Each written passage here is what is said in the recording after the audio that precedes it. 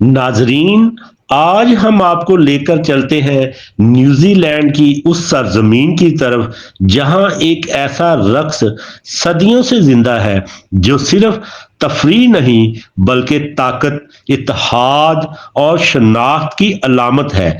ये है हका। शायद आपने इसे रग्बी के मैदान में ऑल ब्लैक्स की टीम करते देखा हो, लेकिन इसकी कहानी इससे कहीं ज्यादा पुरानी और गहरी है। हका की इब्तिदा मावरी कबाइल की कदीम दास्तानों से होती है।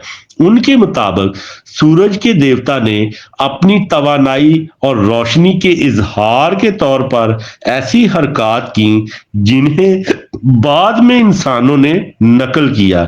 यही हरकत रफ्ता रफ्ता एक रक्स बन गई और हक्का कहलाई। वक्त गुजरता गया और ये रक्स कभी खुशी में, कभी गम में, कभी जंग की तैयारी के लिए और कभी मुअज़्ज़ज़ मेहमानों के इस्तकबाल में किया जाने लगा। हक्का सिर्फ हाथ पांव की हरकत नहीं है, बल्कि ये आंखों के तासरात, जबान निकालने, जोरदार चीखने और कदमों की ठोकरों का एक ऐसा मजमुआ है जो देखने वाले को लर्जा देता है। मावरी लोग इसके जरिए अपनी ताकत दिखाते थे, अपने जज्बात का इजहार करते थे और सबसे बढ़कर अपने इत्तेहाद का पैगाम देते थे। जब यूरोपीय मुसाफिर पहली बार 18वीं सदी में न्यूजीलैंड पहुंचे तो हक्का देखकर हैरान रह गए। इनके लिए ये एक डरावना मंजर था। इन्हें लगा कि ये महज जंगी रक्स है, लेकिन हकीकत इससे कहीं ज्यादा वसी थी। कुछ हका खुशी के मौका पर किए जाते, कुछ गम के इजहार के लिए और कुछ वाकई ही दुश्मन को डराने के लिए। 19वीं सदी के आखिर में हक्का ने एक नई पहचान हासिल की। 1888 में न्यूजीलैंड की पहली नेटो फुटबॉल टीम जब बर्तानिया के दौरे पर गई तो उसने हर मैच से पहले हक्का किया। ये रिवायत इतनी ताकतवर साबित हुई कि आगे चलकर न्यूजीलैंड की मशहूर रग्बी टीम ऑल ब्लैक्स की पहचान बन गई।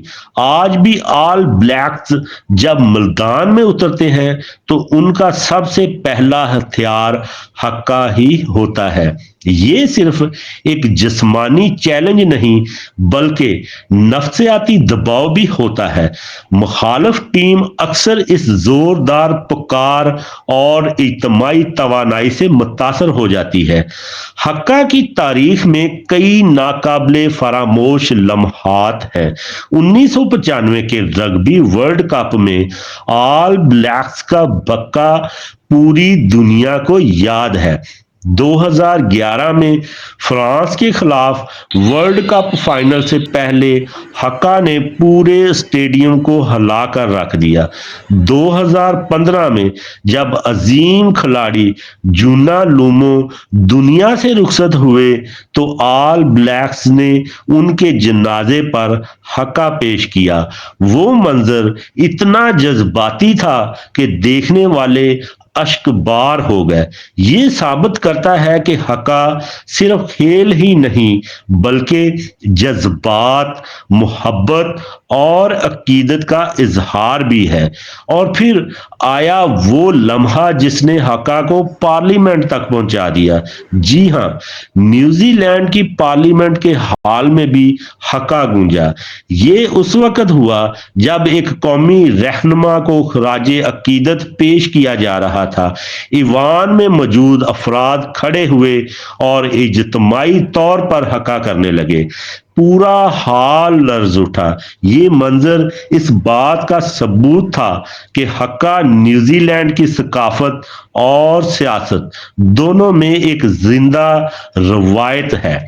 पार्लियामेंट में पेश किया जाने वाला सबसे मशहूर हक्का का माटे है, जिसे एक मावरी सरदार ती रावा यावा ने तहकीक किया था।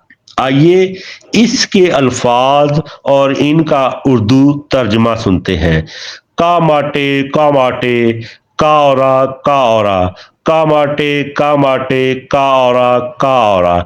ये है वो बहादुर शख्स जिसने सूरज को भी फिर से जगाया, और अब कदम ब कदम आगे बढ़ो, फिर आगे बढ़ो और रोशनी जाहिर हो गई। हु ये अल्फाज जिंदगी और मौत की कशमकश को जाहिर करते हैं। एक तरफ अंधेरा और मौत है, दूसरी तरफ रोशनी और जिंदगी। ये दरअसल एक जद्दोजहद का ऐलान है, एक पैगाम है कि मुश्किल वक्त में भी हिम्मत ना हारो, आगे बढ़ो और रोशनी को गले लगाओ। आज के दौर में हक्का सिर्फ खेल के मैदानों या कबायली मेलों में ही नहीं, बल्कि शादियों, जन्नाजों, स्कूलों और यहाँ तक कि बैनुल अक़वामी स्टेज पर भी पेश किया जाता है। लेकिन मावरी कम्युनिटी हमेशा ये कहती है कि हक्का सिर्फ नकल करने के लिए नहीं है, बल्कि ये एक रूहानी और सकाफती विरसा है जिसे समझकर ही पेश करना चाहिए। दोस्तों, हक्का एक रक्स से कहीं बढ़कर है। ये ताकत है, इत्तेहाद है, एहतराम है और एक पूरी कौम की शनाख्त है।